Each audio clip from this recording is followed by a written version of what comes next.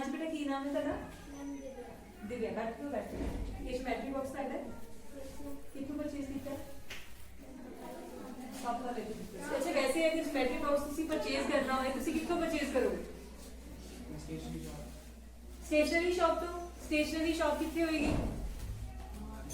Market ਦੇ ਵਿੱਚ। मतलब ਤੁਸੀਂ ਇਹ ਚੀਜ਼ ਮੰਨਦੇ ਹੋ ਐਗਰੀ ਕਰਦੇ ਹੋ ਕਿ ਹਾਂਜੀ ਅਗਰ ਅਸੀਂ ਕੁਝ ਵੀ ਪਰਚੇਸ ਕਰਨਾ ਤਾਂ ਸਾਨੂੰ ਕਿੱਥੋਂ ਪਰਚੇਸ ਕਰਨਾ ਹੋਵੇਗਾ? ਮਾਰਕੀਟ ਦੇ ਵਿੱਚ। ਅੱਛਾ ਐਦਾਂ ਹੁੰਦਾ ਹੈ ਕਿ ਅਸੀਂ ਮਾਰਕੀਟ ਦੇ ਵਿੱਚ ਜਾਂਦੇ ਹਾਂ ਫਟਾਫਟ ਔਰ ਜਿਹੜੀ ਚੀਜ਼ ਫॉर एग्जांपल ਇਹਨਾਂ ਨੂੰ ਦਿਵਿਆ ਨੂੰ ज्योमेट्री बॉक्स चाहिए जाएगी मार्केट ज्योमेट्री बॉक्स उठाएगी और आ जाएगी वापस ऐदा होएगा? Is it? की प्रोसीजर है बेटा मार्केट से परचेज करने का? की प्रोसीजर है? ज्योमेट्री बॉक्स लेना है तुसी लेना ज्योमेट्री बॉक्स ठीक है किद्दां लोगे? पहला पैसे होने चाहिए हैं उस तो बाद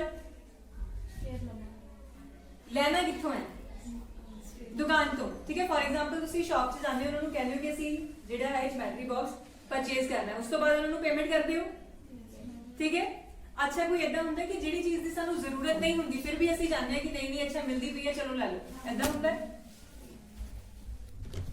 यस नो? हुण अगर इहनू ज्योमेट्री बॉक्स चाहिए इहनू ज्योमेट्री बॉक्स नहीं मिल रहा उत्थे नोटबुक मिल रही है तो की ये बच्चा जिहड़ा हैगा अपनी ज्योमेट्री बॉक्स नूं छड्ड के नोटबुक ले लेगा? नहीं लेगा। मतलब जिहड़ी चीज की तुहानू जरूरत होएगी बेसिकली तुसीं ओही चीज परचेज करोगे ठीक है। जिस चीज की डिमांड होगी वही तुसी चीज परचेज करोगे तो बेटा जो आज अपना टॉपिक है वो डिमांड ही है ठीक है। What do you mean by demand?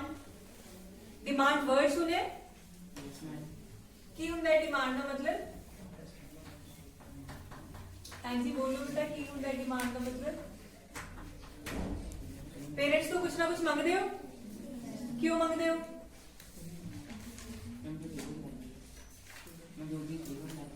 जो चीज सानू लगता है कि सानू ये चीज चाहिए है पेरेंट्स कहते हैं कि यार इन्हां बच्चों की तो डिमांड ही नहीं खत्म होती है ना। अच्छा फॉर एग्जांपल मेनू फरारी चाहिए है क्यों मेरी डिमांड है? मैं कह रही हूं मेनू फरारी परचेज करनी है मेरी डिमांड है।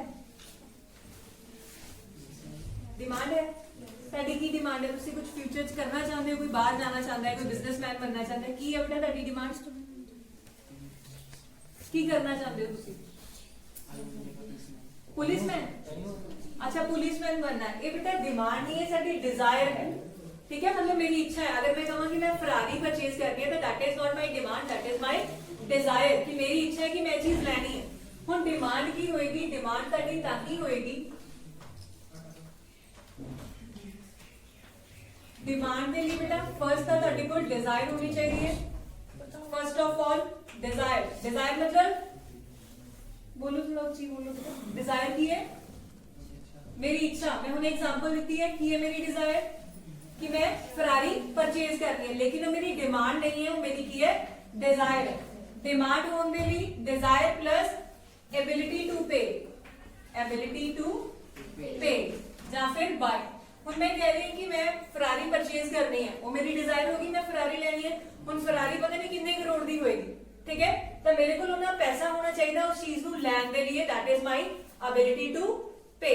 इस तो अलावा थर्ड पॉइंट आएगा बेटा ये willingness to pay. Willingness to pay ठीक है जी। जो भी हम तुहाडे तो कोई पूछेगा कि what do you mean by demand demand they which हमेशा तीन फैक्टर्स आएंगे। First one is desire second one is ability to pay third one is willingness to pay. Willingness की होएगा बेटा? विलिंगनेस मतलब तुसी विलिंग होने चाहिए कि मैं इतना पैसा खर्चना है। फॉर एग्जांपल मैं फरारी भी परचेज कर रही है मैंने पता है वो 10 करोड़ दी है लेकिन मैं विलिंग नहीं है मैंने लगता है कि वो वेस्टेज ऑफ मनी है कि मैं कितों 10 करोड़ रुपया लगाना है फरारी के ऊपर तो मतलब मैं उत्थे विलिंग नहीं है ताकि वो मेरी डिमांड नहीं होएगी। डिमांड के लिए मेरे को डिजायर होनी चाहिए है सेकंड की है ability to pay third one is willingness to pay ठीक है।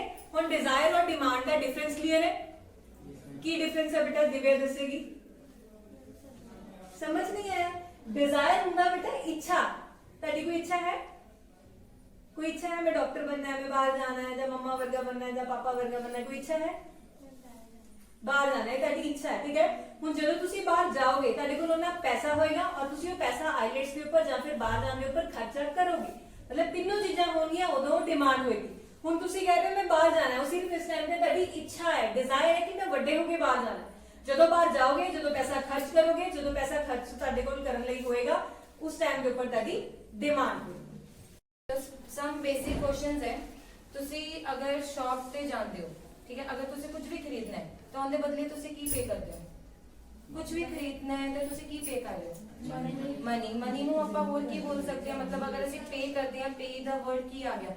ਆਪਾਂ ਕੀ ਬੋਲਦੇ ਹਾਂ? ਪੇਮੈਂਟ। ਆਪਾਂ ਪੇਮੈਂਟ ਕਰਦੇ ਹਾਂ। ਜਦੋਂ ਵੀ ਆਪਾਂ ਕੋਈ ਚੀਜ਼ ਖਰੀਦਦੇ ਹਾਂ ਤਾਂ ਆਪਾਂ ਪੇਮੈਂਟ ਕਰਦੇ ਹਾਂ। ਪੇਮੈਂਟ ਦੇ ਬਦਲੇ ਉਹ ਸਾਨੂੰ ਇੱਕ ਸਲਿੱਪ ਦਿੰਦੇ, ਉਹ ਕੀ ਚੀਜ਼ ਹੈ? ਜਦੋਂ ਵੀ ਆਪਾਂ ਵੱਡੇ ਵੱਡੇ ਸਟੋਰਸ ਦੇ ਵਿੱਚ ਜਾਂਦੇ ਆ ਤਾਂ ਉਹ ਸਿੰਪਲ ਤਾਂ ਨਹੀਂ ਤੁਹਾਨੂੰ ਸਮਾਨ ਪਕੜਾ ਦਿੰਦੇ, ਉਹਦੇ ਬਦਲੇ ਕੁਝ ਨਾ ਕੁਝ ਤਾਂ ਤੁਹਾਨੂੰ ਪੇ ਕਰਦੇ ਆ ਨਾ, ਤੁਹਾਨੂੰ ਸਲਿੱਪ ਦਿੰਦੇ। ਉਹ ਕੀ ਹੈ ਤੁਹਾਡਾ? ਕੀ ਬੋਲਦੇ? ਬਿੱਲ। ਤੇ ਇਸ ਨੂੰ ਇਕਨੋਮਿਕ ਦੀ ਟਰਮ ਦੇ ਵਿੱਚ ਆਪਾਂ ਬੋਲਦੇ ਆ ਰਿਸਿਪਟ ਬਿੱਲ। ਕੀ ਬੋਲਦੇ ਆ? Receipt bill. ਤਾਂ ਗਵਰਨਮੈਂਟ ਕੀ ਕਰਦੀ ਹੈ? ਹੁਣ ਸਾਡਾ ਜਿਹੜਾ ਟੌਪਿਕ ਹੈ ਉਹ ਹੈ ਬੈਲੈਂਸ ਆਫ ਪੇਮੈਂਟ। ਇਹਦੇ ਵਿੱਚ ਦੱਸੋ ਤੁਹਾਨੂੰ ਬੈਲੈਂਸ ਨਜ਼ਰ ਆ ਰਿਹਾ? ਇਹਨਾਂ ਦੋਨੋਂ ਤਕੜੀ ਦੇ ਵਿੱਚ ਬੈਲੈਂਸ ਨਜ਼ਰ ਆ ਰਿਹਾ? बैलेंस है ना, क्योंकि इको दोनों बराबर थे। साडा टॉपिक जो है बैलेंस ऑफ पेमेंट है। बैलेंस ऑफ पेमेंट का मतलब की हुंदा है कि अगर गवर्नमेंट ਜਦੋਂ ਵੀ ਆਪਾਂ ਕੋਈ ਟ੍ਰਾਂਜੈਕਸ਼ਨ ਕਰਦੇ ਆ, ਬਾਹਰੋਂ ਦੀ ਕੋਈ ਸਮਾਨ ਮੰਗਵਾ ਰਹੇ ਆ ਜਾਂ ਇੱਥੋਂ ਦੀ ਸਮਾਨ ਜਦੋਂ ਬਾਹਰ ਭੇਜਦੇ ਆ, ਕਿੰਨਾ ਸਮਾਨ ਬਾਹਰ ਗਿਆ, ਕਿੰਨਾ ਅੰਦਰ ਆਇਆ, ਉਹਦਾ ਗਵਰਨਮੈਂਟ ਕੀ ਕਰਦੀ ਹੈ? ਅਕਾਊਂਟ ਬਣਾ ਕੇ ਰੱਖਦੀ ਹੈ। ਠੀਕ ਹੈ, ਗਵਰਨਮੈਂਟ ਅਕਾਊਂਟ ਬਣਾਏਗੀ, ਉਹਨੂੰ ਆਪਾਂ ਕਹਿੰਦੇ ਆ ਬੈਲੈਂਸ ਆਫ ਪੇਮੈਂਟ। ਦੇਖ ਲਓ ਚਾर्ट है, ਚਾर्ट ਦੇ ਵਿੱਚ ਵੀ ਹੈ ਕਿ ਇਹ ਤਕੜੀ ਦਾ ਬੈਲੈਂਸ ਬਣਿਆ ਹੈ ਕਿ ਨਹੀਂ ਬਣਿਆ? ਇਹ ਬੈਲੈਂਸ ਹੈ ਕਿ ਅਨਬੈਲੈਂਸ ਹੈ? ਅਨਬੈਲੈਂਸ ਹੈ, ਕਿਉਂਕਿ ਡਾਲਰ ਡਾਊਨ ਸਾਈਡ ਜਾ ਰਿਹਾ ਔਰ ਇਹ ਤਕੜੀ ਦੇ ਵਿੱਚ ਜੋ ਸਮਾਨ ਹੈ ਉਹ ਅਪਰ ਸਾਈਡ ਜਾ ਰਿਹਾ। ਇਟ ਮੀਨਸ ਕੀ ਹੈ ਕਿ ਅਸੀਂ ਬਾਹਰੋਂ ਦੀ ਜਦੋਂ ਸਮਾਨ ਮੰਗਵਾਉਂਦੇ ਆ, ਆਪਾਂ ਇੰਪੋਰਟ ਕਰਦੇ ਆ, ਜਦੋਂ ਆਪਾਂ ਜ਼ਿਆਦਾ ਇੰਪੋਰਟ ਕਰਾਂਗੇ ਔਰ ਇਧਰੋਂ ਦੀ ਸਮਾਨ ਬਾਹਰ ਜ਼ਿਆਦਾ ਘੱਟ ਭੇਜਾਂਗੇ ਤਾਂ ਫਿਰ ਕੀ ਹੋਏਗਾ? ਤੁਹਾਨੂੰ ਪ੍ਰੋਫਿਟ ਹੋਏਗਾ, ਲਾਸ ਹੋਏਗਾ? ਆਪਾਂ 100 ਦੀ ਚੀਜ਼ ਬਾਹਰੋਂ ਮੰਗਵਾ ਰਹੇ ਆ ਲੇਕਿਨ ਇਧਰੋਂ ਦੀ ਸਿਰਫ 50 ਰੁਪਏ ਦੀ ਚੀਜ਼ ਜਾ ਰਹੀ ਹੈ, ਤਾਂ ਤੁਹਾਨੂੰ ਨੁਕਸਾਨ ਹੈ ਕਿ ਪ੍ਰੋਫਿਟ ਹੈ? ਲਾਸ ਹੋ ਰਿਹਾ ਨਾ। ਲਾਸ ਨੂੰ ਗਵਰਨਮੈਂਟ ਕੀ ਕਹਿੰਦੀ ਹੈ? ਅਨਫੇਵਰੇਬਲ ਬੈਲੈਂਸ। ਜੋ ਬੈਲੈਂਸ ਆਫ ਪੇਮੈਂਟ ਹੈ ਗਵਰਨਮੈਂਟ ਦਾ, ਉਹ ਅਨਫੇਵਰੇਬਲ ਹੋ ਜਾਂਦਾ ਹੈ ਕਿਉਂਕਿ ਸਾਡਾ ਜੋ ਪੈਸਾ ਹੈ ਉਹ ਵੇਸਟ ਹੋ ਰਿਹਾ। ਆਪਾਂ ਡਾਲਰ ਦੇ ਰੂਪ ਦੇ ਵਿੱਚ ਆਪਾਂ ਸਾਡੀ ਕਰੰਸੀ ਸਾਡੀ ਬਾਹਰ ਜਾ ਰਹੀ ਹੈ, ਜ਼ਿਆਦਾ ਪੇਮੈਂਟ ਜਾਂਦੀ ਹੈ ਨਾ। ਸਾਡੇ ਇੱਥੇ ਵੈਲਿਊ ਸਿਰਫ 1 ਰੁਪਏ ਦੀ 1 ਹੀ ਹੈ, ਉੱਥੇ 1 ਡਾਲਰ ਦੀ ਕਿੰਨੀ ਵੈਲਿਊ ਹੈ? ਅਪਰੋਕਸੀਮੇਟਲੀ ਕਿੰਨੀ ਵੈਲਿਊ ਹੈ? 75 ਜਾਂ 70 ਦੇ ਆਸ-ਪਾਸ ਵੈਲਿਊ ਅੱਜਕੱਲ ਚੱਲ ਰਹੀ ਹੈ। ਇਟ ਮੀਨਸ ਆਪਾਂ ਇੱਕ ਚੀਜ਼ ਬਾਏ ਕਰਨੀ ਹੈ ਤਾਂ ਆਪਾਂ ਉਹਨਾਂ ਨੂੰ 70 ਰੁਪਏ ਦੇ ਰਹੇ ਹਾਂ, ਲੇਕਿਨ ਜਦੋਂ ਉਹ ਇੰਡੀਅਨ ਕਰੰਸੀ ਦੇ ਵਿੱਚ ਆਉਂਦਾ ਹੈ ਉਹ ਤਾਂ ਸਿਰਫ ਸਾਡੀ ਵੈਲਿਊ ਤਾਂ ਘੱਟ ਹੈ ਨਾ। ਤੇ ਇਸ ਕਰਕੇ ਸਾਡਾ ਜੋ ਬੈਲੈਂਸ ਆਫ ਪੇਮੈਂਟ ਹੈ ਨਾ ਉਹ ਅਨਫੇਵਰੇਬਲ ਹੋ ਜਾਂਦਾ ਹੈ। ਹੁਣ ਇਹਦੇ ਵਿੱਚ ਕੀ ਸ਼ੋ ਹੋ ਰਿਹਾ ਹੈ? ਆ ਚੀਜ਼ ਕੀ ਸ਼ੋ ਹੋ ਰਹੀ ਹੈ? ਐਕਸਪੋਰਟ ਜ਼ਿਆਦਾ ਕਰਾਂਗੇ और इंपोर्ट कट करांगे। ਜਦੋਂ ਆਪਾਂ ਇਧਰੋਂ ਦੀ ਚੀਜ਼ ਜ਼ਿਆਦਾ ਬਾਹਰ ਭੇਜਾਂਗੇ ਔਰ ਇੰਪੋਰਟ ਕੱਟ ਕਰਾਂਗੇ ਫਿਰ ਸਾਡਾ ਕੀ ਹੋਏਗਾ? ਜੋ बैलेंस ऑफ पेमेंट है वो साडा फेवरेबल हो जाएगा, साडा बैलेंस ऑफ पेमेंट सही रहेगा। क्योंकि अगर बैलेंस ऑफ पेमेंट सही रहेगा तो गवर्नमेंट को पैसा ज्यादा होएगा और डेवलपमेंट पे ज्यादा लगाएगी। Morning students, my name is Aman Shukla. आपको बेटा एक बहुत मैं जनरल सा क्वेश्चन पूछूंगी कि आपको पता है दुकानदार हम किसे कहते हैं? दुकानदार कौन होते हैं? यस, चीजें बेचने वाला। और दुकानों पे हम क्या करने जाते हैं? क्या खरीदने जाते हैं बेटा? सामान खरीदने जाते हैं। तो क्या वहां पे क्या प्रोसेस होता है? हमने बाय किया और जो सेलर जो शॉपकीपर है उसने क्या किया? सेल किया। ये प्रोसेस टेक प्लेस हुआ बेटा वहां पे। मैंने उसको पैसे दिए और उसने क्या किया? मेरे को सामान दिया। ये प्रोसेस तो वहां पे टेक प्लेस हुआ। आफ्टर दैट आपको मालूम है हम इस प्रोसेस को और उस शॉपकीपर को जिसके पास छोटे छोटे सामान है उसकी शॉप के ऊपर, उसे हम क्या बोलते हैं? तो that we called it as a retailer. क्या बोलते हैं बेटा? Retailer oblique retail. ठीक है बेटा, हम रिटेल भी बोलते हैं, रिटेलर भी बोलते हैं। और रिटेल और रिटेलर क्या होता है बेटा? एक जो हमारे घरों के आसपास जो शॉप्स होती हैं, देखा है आपके घरों के आसपास में बहुत सारे शॉप्स होंगे ना, तो उन शॉप्स पे क्या रहता है? सारी चीजें रहती हैं।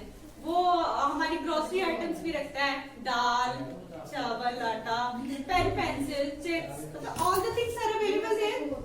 Do you know that? Yes और no? Yes, okay. All the things are available there. We go there to purchase. What we will do there? We give money to the shopkeeper and he will provide whatever we need. Is it clear, beta? Now,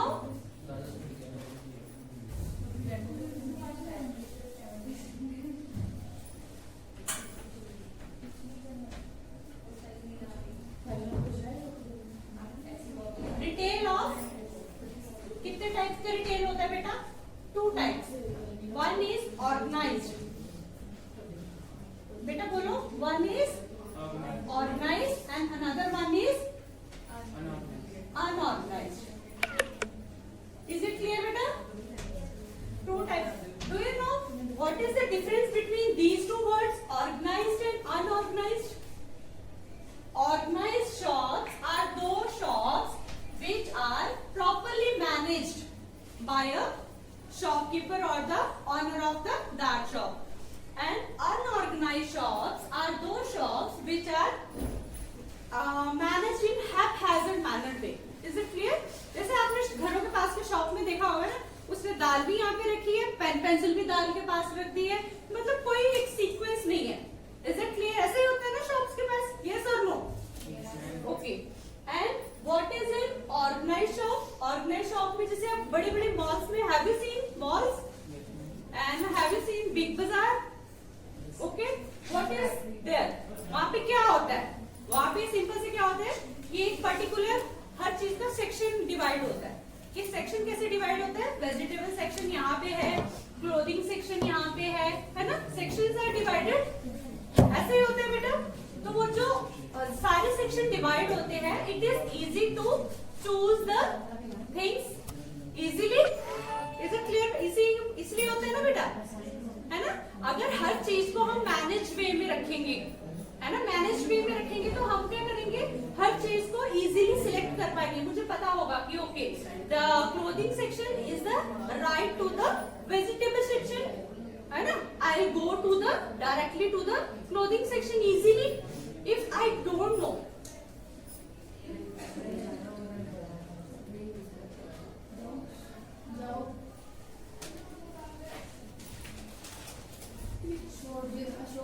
हाँ बेटा ये देखो, जैसे ये एक model है. Model में क्या है? Ware house. रिटेलर क्या करता है, पहले यहाँ पे अपनी गाड़ी से गया, उसने यहाँ से सामान खरीदा. सामान खरीदने के बाद वो अपनी शॉप पे लेके आ गया. शॉप पे लेके आने के बाद उसने सामान को मतलब छोटे छोटे पैकेट्स में डिवाइड कर दिया. फिर ये बच्चा गया वहां पे, उसने बोला अंकल मुझे 1 किलो मटर दे दो. तो उसने क्या किया, पैसे दिए इसको शॉपकीपर को, उसने 1 किलो मटर दे दिए. यही प्रोसेस होता है ना जब आप भी शॉप पे जाते हो बेटा.